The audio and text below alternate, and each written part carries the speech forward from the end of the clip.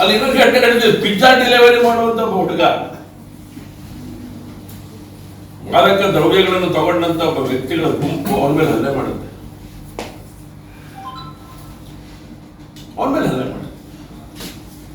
ಯಾವುದೇ ಕ್ರಮ ತಗೊಳ್ಳೋದಿಲ್ಲ. 20% ಇರುವಂತ ಹಿಂದೂಗಳನ್ನ ಖಾಲಿ ಮಾಡಿಸೋ ಒಂದು ಹುನ್ನಾರ ಆ ಜಾಗದಲ್ಲಿ ನಡೀತಾ ಇರುವಂತದ್ದು. ರಾಜ್ಯ ಸರ್ಕಾರ ಇದ್ರ ಬಗ್ಗೆ ಆಲೋಚನೆ ಮಾಡುವಂಥದ್ದು ಬಹಳ ಅಗತ್ಯ ಇದೆ. ರಕ್ಷಣಾ ಇಲಾಖೆನೂ ಕೂಡ ಇದ್ರ ಬಗ್ಗೆ ಆಲೋಚನೆ ಮಾಡೋದು ಬಹಳ ಅಗತ್ಯ ಇದೆ. ಯಾರು ಇರಬೇಕು ಅವ್ರು ಹೇಗ್ ಬೇಕಾದ್ರೂ ವಾಸ ಮಾಡ್ಬೋದು ಅಂತ ಇರುವಂತ ಈ ದೇಶದಲ್ಲಿ ಬೇರೆ ರೀತಿಯ ಆಲೋಚನೆ ಇರುವಂತ, ಯಾಕಂದ್ರೆ ಬಿಹಾರದ ಮೂಲಗಳ ವಾಸಿಗಳು ಯಾರಿದ್ದಾರೆ ಅವರು ಹೆಚ್ಚಿನ ಸಂಖ್ಯೆಯಲ್ಲಿ ವಾಸ ಮಾಡ್ತಿದ್ದಾರೆ ಅಂತ ನಂಗಿರುವಂತ ಮಾಹಿತಿ ಇರುವಂತದ್ದು. ಇವತ್ತು ಬಂಧನ ಆಗಿರೋನು ಕೂಡ ಒಬ್ಬ ಮಾಡಕ್ ಸಾಧ್ಯ ಇಲ್ಲ. ಇದೊಂದು ತಂಡ ಮಾಡಿರುವಂತ ಕಾರ್ಯ. ಇದು ಒಬ್ಬ ಹೋಗಿ ಕೆಟ್ಟಲೆ ಕೈ ಹಾಕಿರೋದಲ್ಲ. ಬಿಹಾರಿ ಮೂಲದವರು ಇವತ್ತು ಬಂಧನ ಮಾಡಿದಾರಂತ ಸುದ್ದಿ ಇದೆ. ಅವ್ರು ಬಂದಿದ್ದು ಟೈಲರ್ ಕೆಲಸಕ್ಕೋಸ್ಕರ.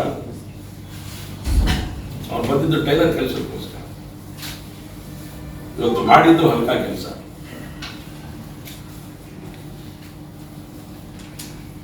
ಈ ರೀತಿಯ ವ್ಯಕ್ತಿಗಳ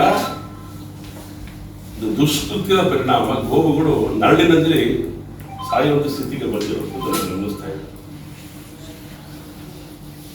ಇದೆಲ್ಲದಕ್ಕೆ ಇನ್ನೊಂದಷ್ಟು ಕುಮ್ಮಕ್ಕು ರಾಜ್ಯ ಸರ್ಕಾರನೇ. ಗೋವಿಗೆ ಸಂಬಂಧಪಟ್ಟಂತ ಆಕ್ಟ್ ಗಳನ್ನ ಬಲ ಮಾಡಬೇಕು ಅಂತ ಯೋಚನೆ ಮಾಡ್ತಾ ಇದ್ರೆ ಅದು ಯಾವುದನ್ನೂ ಮಾಡಲಿಲ್ಲ. ಗೋವನ ಸಂತತಿಯನ್ನು ಸಂರಕ್ಷಣೆ ಮಾಡಬೇಕು ಅಂತೇಳಿ ಯೋಚನೆ ಮಾಡೋಕ್ಕೋಸ್ಕರ ರಾಜ್ಯ ಸರ್ಕಾರ ಇಲಾಖೆನೇ ತೆರಳಿದೆ. 3,000ಕ್ಕೂ ಹೆಚ್ಚು ಕಾರ್ಯಕ್ರಮಗಳನ್ನ ಮಾಡಬೇಕು ಅಂತೇಳಿ ಈಗಾಗಲೇ ಇರುವಂತಹ ನಿರ್ದೇಶನಗಳು, ಆದೇಶಗಳು. ಎಲ್ಲಿ ಆ ರೀತಿ ಕಾರ್ಯಗಳು ನಡೀತಾ ಇದೆ ರಾಜ್ಯದಲ್ಲಿ ಗೊತ್ತಿಲ್ಲ ನಮಗೆ. ಅದರ ಸಂರಕ್ಷಣೆಗೋಸ್ಕರ ರೈತರಿಗೆ ತರಬೇತಿ ಕೊಡಬೇಕು.